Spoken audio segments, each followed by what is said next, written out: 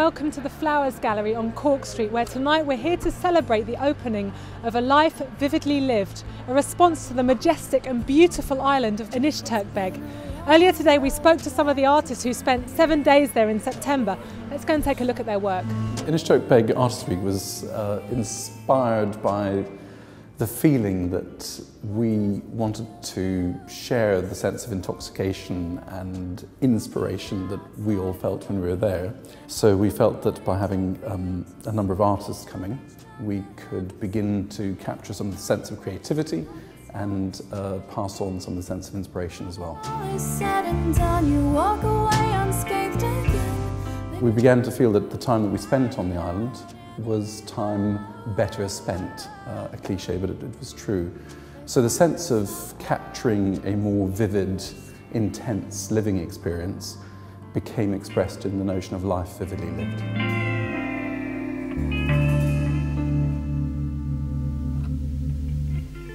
I'm a recycle artist. I use everything, something I found, abandoned things or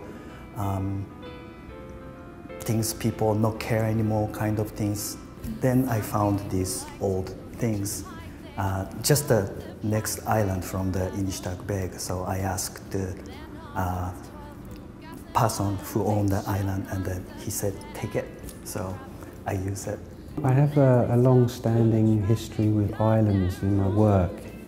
So when I was approached and offered, it just seemed I couldn't really refuse. It was just too good an opportunity.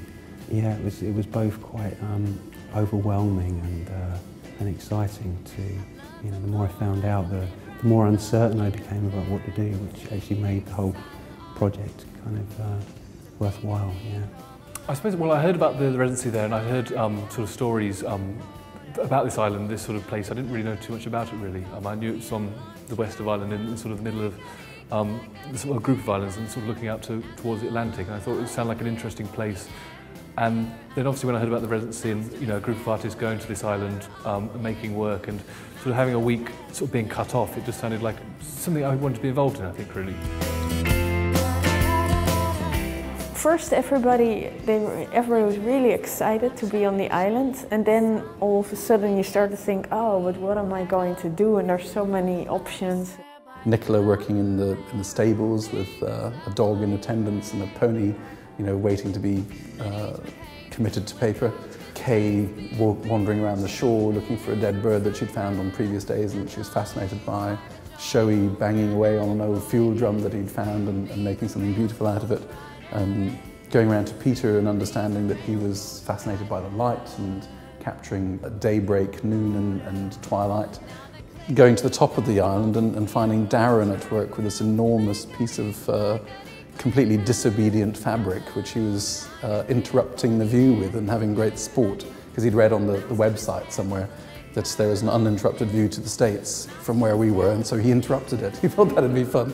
And Scarlett was great fun. You know, she was the photographer who was making things that were slightly surreal. I don't quite know how to describe it, but when I first came across her, there was a flock of sheep in attendance, and they're surrounded by little coloured balls, and they all looked completely happy, as did Scarlett, so it was lovely. I'm just hugely proud of all the artists. I know how much effort they've put in. It's just such an achievement, I think, for all of them to show the work upstairs. There was always just creativity, and it was just such a pleasure to be surrounded by that.